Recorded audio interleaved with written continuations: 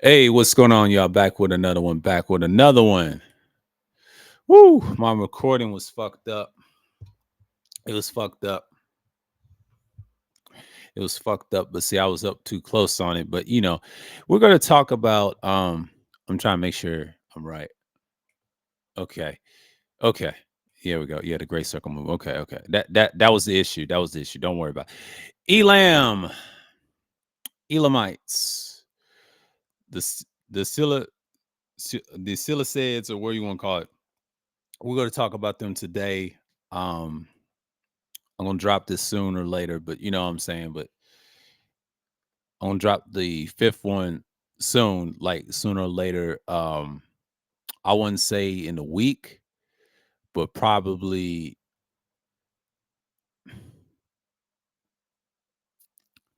I might do it next week, and that's the end of that week on that one. Then we're gonna talk about something else, and we'll get into because the holidays is right around the corner. I'm not gonna be recording as much, so get while you can, and I might record something later and things like that nature. So, we're going to get into it. We're not going to waste no time, and because it took half of my time. So I'm sorry about that. Like, I had a recording, and these recordings can be held, like, especially this platform. It's a good platform for live streaming, but when it comes to actual um, stuff like this, is hell. Y'all have to bear with me. It's not one of those things that you can just record and just from a camera, how people do it and all that. I don't have all that shit, because if I did, I would have let y'all know that that's it. But I'm doing it from a laptop. It's not easy. That's how I record mainly. But it's not easy to record when you have a site that's known for nonsense. But I have to work with it a little bit.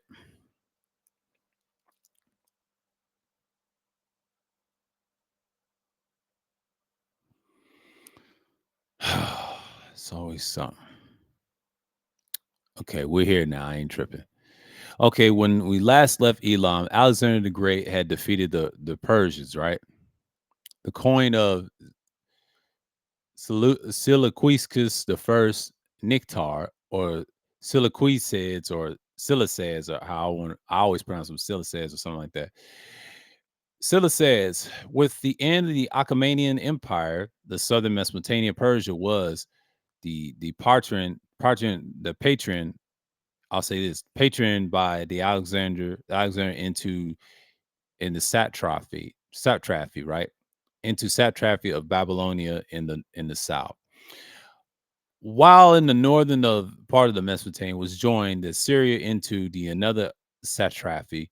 If it's not known, for a long division lasted by the death of Alexander the Great in 323 BCE, northern Mesopotamia was removed from Syria and made separate satrapy. One of his generals, Siliquicus, or Siliquicus, and later Siliquicus the first Nictar, received the satrapy of Babylonia into the rule. Siliquicus thus became the ruler of the large empire stretching from modern Afghanistan to the Mediterranean Sea.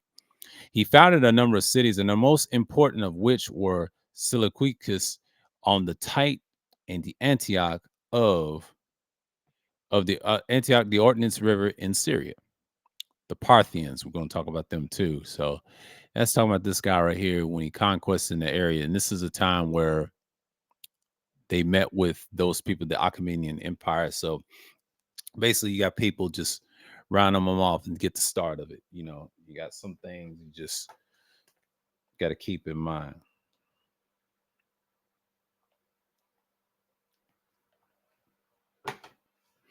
So in the borders, and it's the Parthians, right? The borders of Parthia were where the Kopet mountain range in the range in the north. Today, the border between Iran and Turkmenistan, yes, yeah, Iran and Turkmenistan, right in that area, right? And that's close to right behind Iran if you looked on the map. But in Dashkid and Kashmir Desert in the south, but in the west of was Media, in the northwest of Harokania, Harokania in the northeast of Maragin, yeah, Margina, the Margina, yeah, Gina, yeah, the Margina, and then the southeast of Aria, and the road of Media and Parthia to Margina, and then the famous Slick Road. On the other side of the southern desert, the Persia proper, the country south of the Kopet Dag is fertile and was irrigated to antiquity. There was also a large forest, but Assyrian texts mention the country name Partaka, the Partaka or Patuka,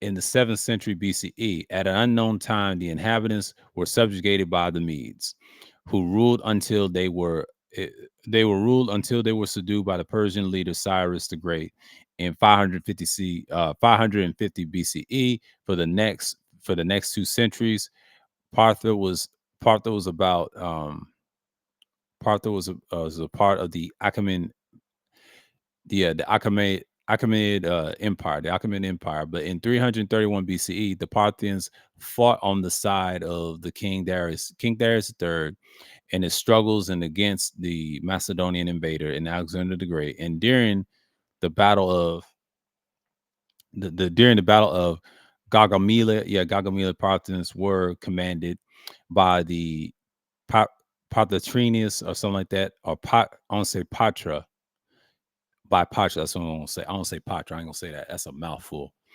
Who surrendered in this Satraphy when Alexander arrived in the Normans in the 330 BCE, but was reported is known as having the Satrap and then the Hyrcanian in 332, and in the chaotic in the period after the death of Alexander, but June 11th, 323 BCE. But Parthia was finally first ruled by the Patra, and with the empire was divided in the Travadesis, but 320 BCE. But it was a lot to one Philip. But the 2 years later, satrapy media was a man named Pethion. But the seeds of the country and then appointed his brother Academenius, and however, but the other satraps united drove them back. But from 316 BCE on, the satrapy was ruled by Statsander, Statsander, who was already satrapy of Bactria, but must have the Aria and Maragina and two, which have situated between the Parthia and his own satrapy between 308 to 303 BCE. But the countries recognized the sovereignty of the Seleucus satrapy of Babylon, founded of the Seleucid Empire. Seleucid or Seleucid Empire. He said that the descendants appointed satrapies of Parthia moved more than 6 years. That's how they moved. That's how these people moved. So as you can see, the Parthian king Sarahug II, there's the princess, and there's the prince. This is how these people move. All right, and this is a time where this is during Alexander the Great. In these periods, you read the scriptures, and this is how it is. And you got the Parni, then you got the Central Asian steppe. I'll say the Parni. We're gonna talk about that in a minute. So the Parni shot, right?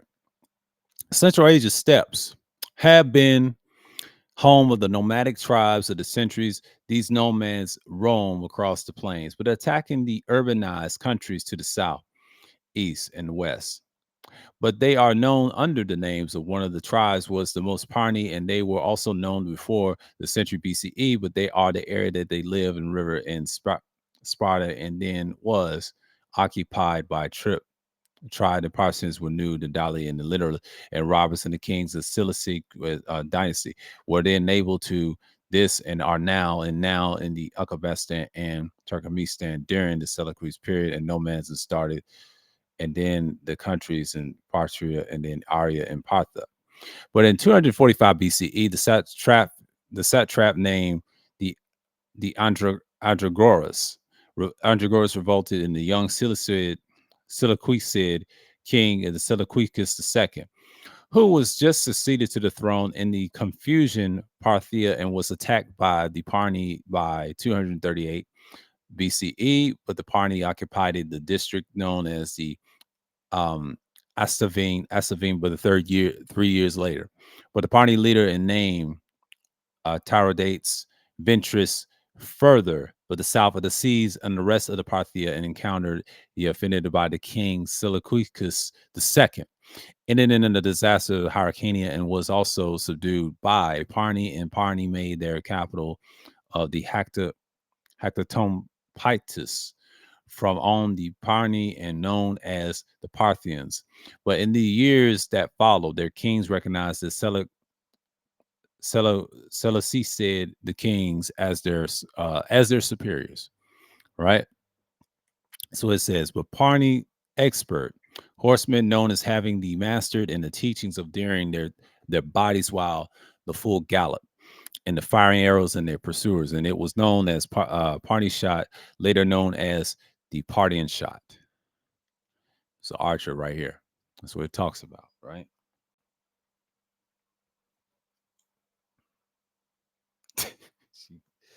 Okay, I'm laughing at something else. Sorry, fellas. Sorry, fellas. Sorry, ladies and gents. Sorry, fellas. And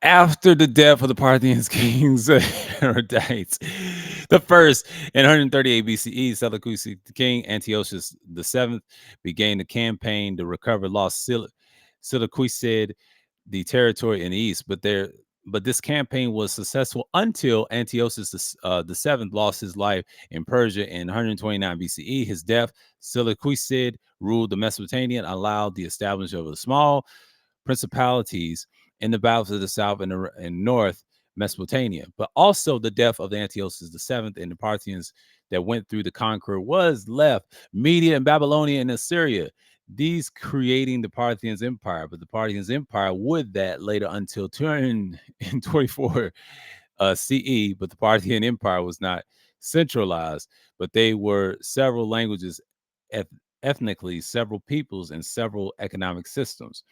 But thus Parthians monarch was the ruler of its own kingdom, but plus some 18 vassal kings, such as the rulers of the city-state of the Hatra.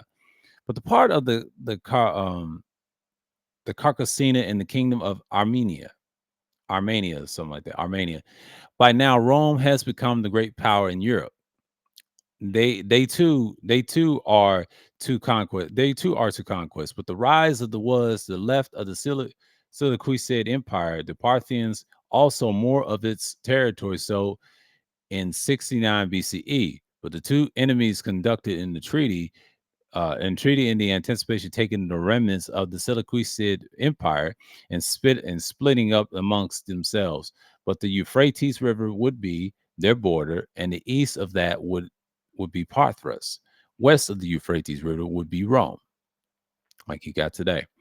Seleucid Empire was also assaulted two sides, and Parthians in an attack in the east and a Roman from the west 6 years later. But the Roman commander, Pompey the Great, conquered that was the empire of the Seleucids. However, 10 years later, in 53 BCE, Rome General Crassus invaded Parthia. But this would be the beginning of the series of wars that were the lasted almost 300 years. This is facts. Rome conquested. That's it. The Parthians considered in the cavalry, heavy army, the Capistrats are lightly armed and brigades among the archers.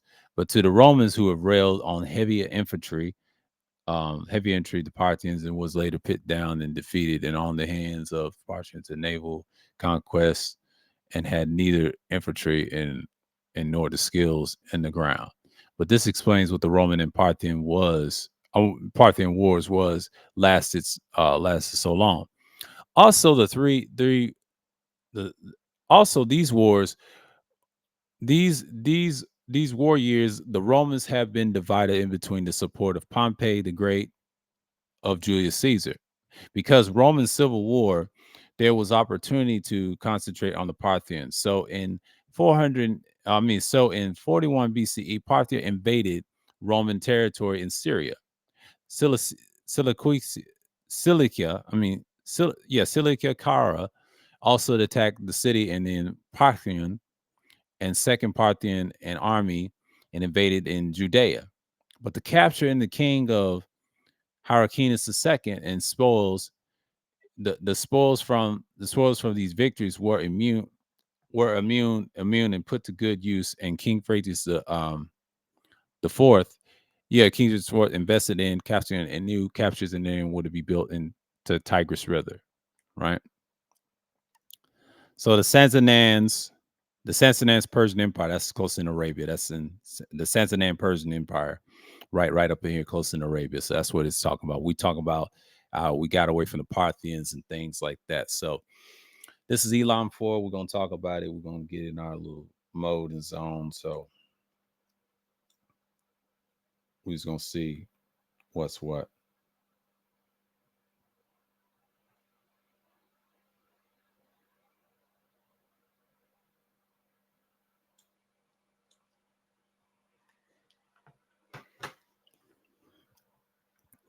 So the Sassanid Empire. Okay, we're gonna talk about this right quick. This was the Roman continued back and forth until Septimus the Servius became king of the Roman Empire, but he attacked Parthia and the Castrians was captured in 198 CE. But as a result of this victory, large spoils were brought to Rome, and Parthia was now impoverished. While at the same time, would they also have the internal revolts in Parthia?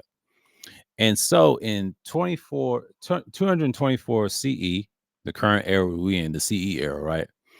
The request of the Parthians now undertake the Astrian and then cumulative in the war of Parthia, and his father Popak has started, and he defeated in the Parthian kings, but Arslan V in the battle. And then 2 years later, the Arthan took the Ctesiphon, and this meant the end of the Parthia, but it also meant to the beginning of the Second Persian Empire, one ruled by Sassanid, the kings.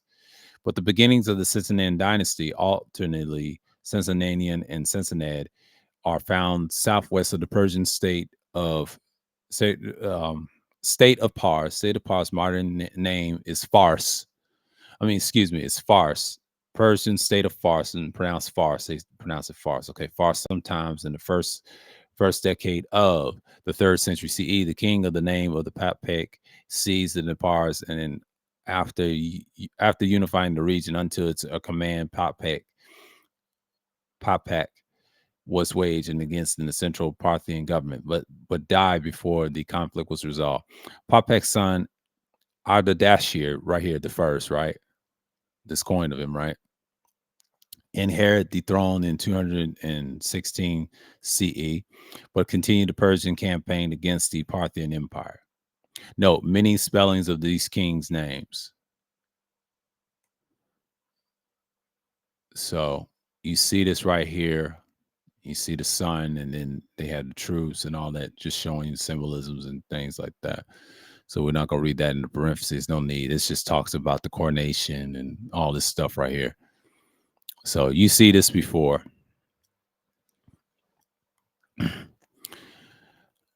The historically Sassanid period makes the end of the ancient and the beginning of the medieval era in the history of the Middle East. By the beginning of the 3rd century CE, the universalistic religions such as Christianity, um, Maccabeism, and even Zoroastrianism and Judaism have grown had by now absorbed local religions and cults. That's what they did. That's what all those religions did. These are modern religions. The main ones is Islam, Judaism, and Christianity. Those are the monotheistic religions. They absorb all that. Zoroastrianism doesn't exist no more. This don't Zor Zoroastrianism does not exist no more. This does not exist no more. Most Arabs used to subscribe to that religion. It's not practiced like that today. And the Maccabeism they don't practice it as well. It's Christianity, Judaism, and then Islam. Islam came later. So you know how that goes. That replaced all that. So you already know. This is a time before there was no Islam. So let's continue. Both the Sassanid and Roman empires adopted official states of religion, Zoroastrianism, which they did, and it turned into what you called, a lot of people try to say Islam was created by the Arabs. No, it came from out of this empire, and then later the Ottoman Turks copy, and that's how the Muhammad stuff came from. That's a whole nother story on Islam, how it comes from. I'm not gonna get into that. We'll talk about that on Elam the fifth thing, but it came out of this too. This is how it started, and then it extended, and people had different beliefs out of this. So let's continue. For the Sasanians, Christianity for the Romans, but the new Sasanian rulers were not as tolerant religiously as the Seleucids and the Parthians have been, and religious persecutions did occur under the Sasanian rule. It appears that religious communities other than Zoroastrians had extra taxes imposed on them from time to time. This was especially through the growing of the Christian community, particularly in the time of the King Safar II. But after Christianity had became the official religion of the Roman Empire, which you got Catholicism today. See, like I said, people don't understand the Roman Empire were Christians. That's why you get Jesus and all that later on. See, Catholicism comes from Christianity. It's the same thing. A lot of people try to say it's different, and that's denominations. All those denominations are not real. I don't believe in none of that. They all come from the same source. It's the same thing. That's what drives the world. That's why America is pro what it is.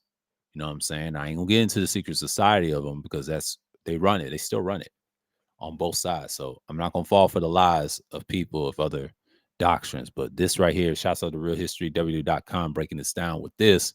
This is the source I'm coming from with this Elam. And if you notice, I did live streams on all 5 parts of this together.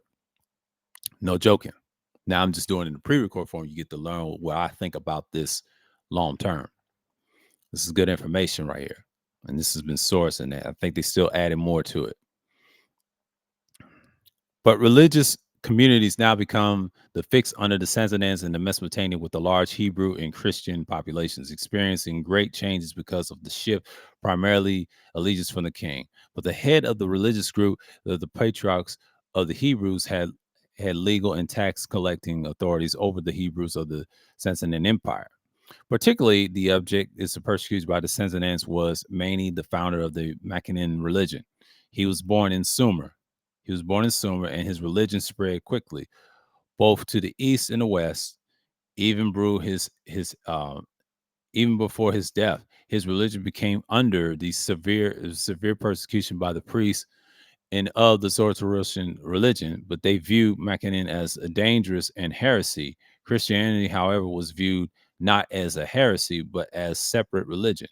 Thus, Christianity was well tolerated. That's how it starts right there. It was tolerated. You see, it says tolerate until it became the official religion and of the enemy Roman. See, the Roman Empire adopted. They liked it, and Christians were regarded as the potential traitors to the Sasanian state. Yeah, I try to tell you, Christians betrayed. Like I said, it's idolatry. They betrayed these other empires, and that's what you have. It's not a great religion. It became the opposing. See, you couldn't protest towards Roosevelt. Everybody was on that. Christianity just destroyed everything like it always does today. And that's why people don't want to be a part of it. It's that Roman conquest.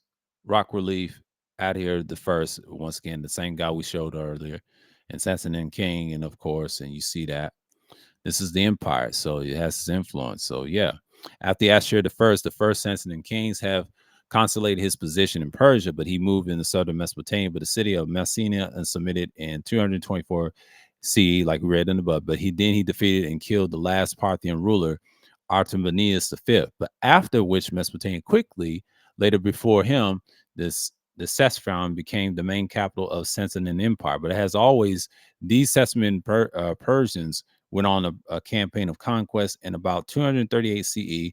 The Nisabisis, Hatra, and Haran came under their control. But then Ashur and then his son Shapar the first became king, like you see right here, rock relief and all that stuff. All that stuff.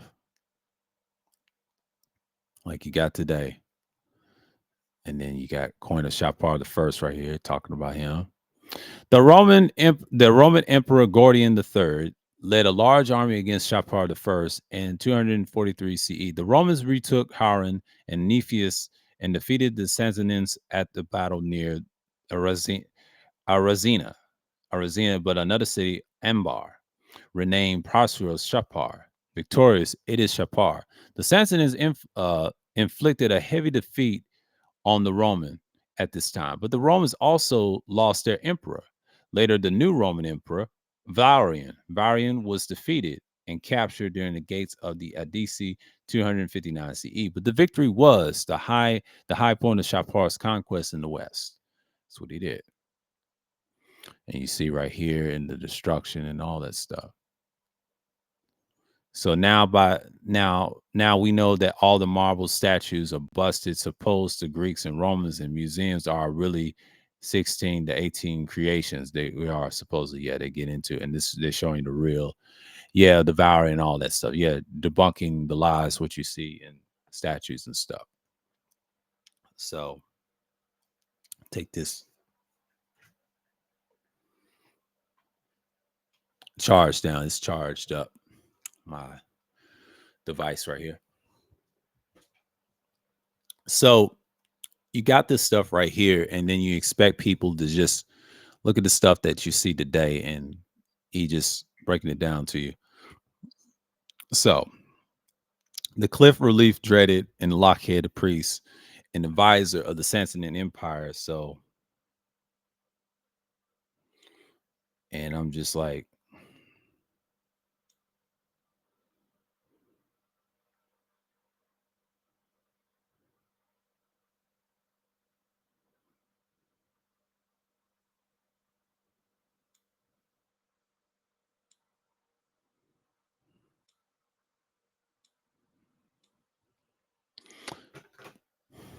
Cliff dreaded Lock High Priest and an ambassador of the Sassanid Persian dynasty, but but he was responsible for establishing Zoroastrianism as the state religion of the Sassanid Persia and served as a high priest during the region of the several Sassanid kings, but attained the greatest under influence of the Bahrain II. Contaran's appearance was such as the only non-royal person and indicated the lack of a beard. Yeah, lack of a beard. That's him.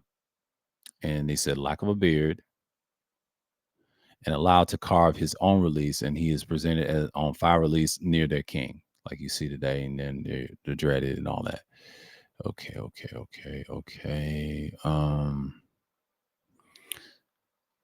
Oh, we went longer. Okay, 27. We're gonna get this quick. Yeah, but that's the Sansa King and all that, and then the hair and all this stuff. Yeah, showing the hair and all this stuff. That's what it looked like. The pottery. We're going to stop it right here. The gold plate depict and war Persians were white. We're going to skip that. So shouts out to realhistory.com, and we're going to stop it right here, and we're going to back out the screen. All right. This period, like I said, the soliloquy said, we're going to stop sharing, and that's all I got. This is part 4 for Elam, and yes, you see the results, and the fifth part is going to be crazy. You know how it's a long one, and I'm going to go straight to that one, but you know how it goes. And let's see right here. The fifth one will talk about the continuation of that. Elam is going to be very tricky. The end of the Elam in Persia, that's going to be the fifth one, right? And we talk about the hair, and then we're going to Sassanid Empire. That's our stop, and we're going to talk about this period a lot. So might do a future live stream on it, all this stuff. And I might do it on the side, but I'm not gonna go in depth on it and things like that. But Elam is where it all started, Iran and the military and all this other stuff. And that's just the stuff that we have. So with that, until next time, shalom to people of Israel, to the Gentiles. Until next time, and I'm out.